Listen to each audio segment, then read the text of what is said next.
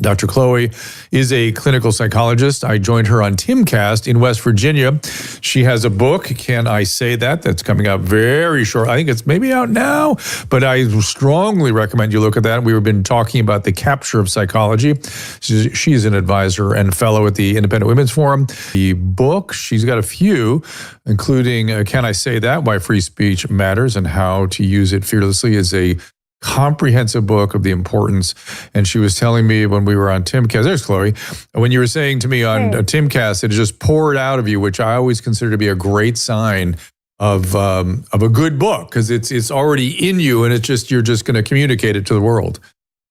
Yeah, thanks. Honestly, it was like kind of a song in my heart. I had this experience of having kept a lot of things inside, in the media. Sometimes you have to be careful what you say, or to get through school, to get a PhD, I had to be careful what I said.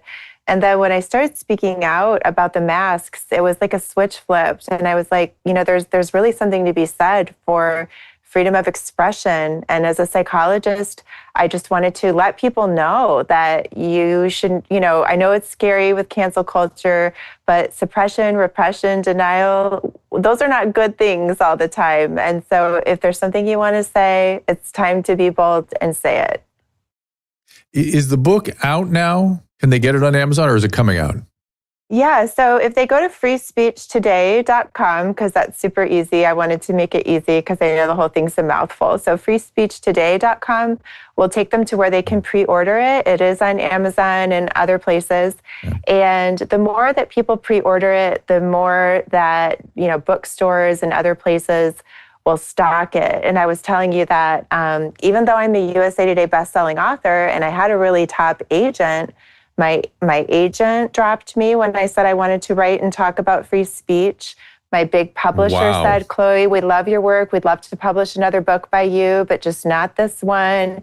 And so it's a topic that I think people need to get behind. And so I'm so thankful to Skyhorse for publishing the book. Same publishers, RFKJ and Melania Trump. I know Dr. Julian's coming in later as well. So yeah, I appreciate the support. And so if people want to check it out, they can go to freespeechtoday.com. Yes, the brains behind Skyhorse has been texting me lately, trying to get me to Washington. I'm trying to figure out how to do it, and it's like people on the East Coast forget how far away that is from California. So one of the things you and I were talking about in West Virginia was the capture of psychology, not just our ability to express ourselves freely. I think COVID taught everybody that. But give them a little primer, and then we'll get into the Gen Z stuff, and we'll get Melanie in here. But just a little primer on the capture of psychology. Oh my goodness, it's amazing. So one of the things that I was actually researching in the book is the faculty ratios in many fields, including journalism, which is a whole other story. Of course. But in psychology, the faculty ratio of Democrat to Republican is about 20-1. And there's absolutely nothing wrong, of course, with Democrats and liberalism. I want a diversity of thought. But when you have a ratio that's 20-1, that means, and this was true for me of every psych department I was ever in, it's 100% Democrat. And so that means, for example, I remember when I was in school, people were talking a lot, as they probably still are, about, racism. And so there would be cultural competency classes, which was really big and important. And so I remember asking once, how come we can talk about race in terms of cultural competency, and therefore in those cases we can talk about certain cultures and what is common within them so that we know how to work within those cultures. But if we want to talk about those cultures and those features and those patterns in any other context, it's considered stereotyping and racism. And I remember that they said to me, Chloe, we just don't go in that direction. I'm concerned about your own racism just by you even saying that. And so, of course, as a student, I was like, okay, that's a big red flag. I better shut up or I'm not going to get my PhD, right? So, I mean, at a certain point, you just kind of learn to shut up. And then also what they're doing, because they're so homogenous, and I don't even blame them. When you have any group of homogenous thinkers, they're blind to their blind spots. So you have a whole faculty, say, of people that think the same way. They start admitting students that all think the same way, or who all at least pretend to. Of course. And it just becomes a spiral. We spoke about the desperation of this circumstance when we were in West Virginia, and it's frustrating and it's tough, but it is as Melanie said, it is moving in the right direction, I think. I hope, I'm sort of seeing this whole thing as not just a battle, but an evolution. And and the teams, the points of view are kind of separating, and that worries me a little bit. How are we going to get this all reintegrated again? Yeah. So, I mean, I really agree with what Melanie was saying, that free speech is really the cornerstone.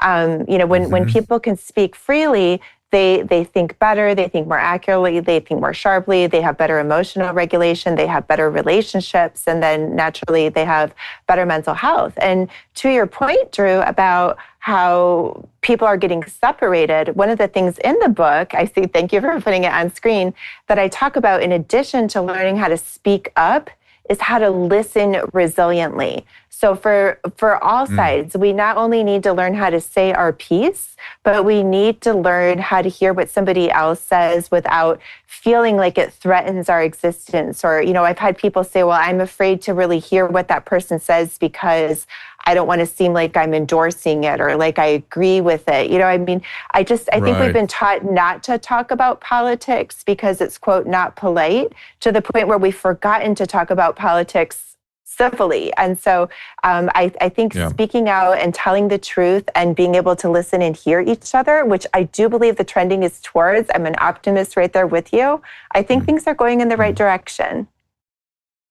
And to give a little more of a finer point on the book, Chloe gets into the hidden dangers of free speech. And then, as she was just pointing out, the tools for open dialogue is a whole section in her book.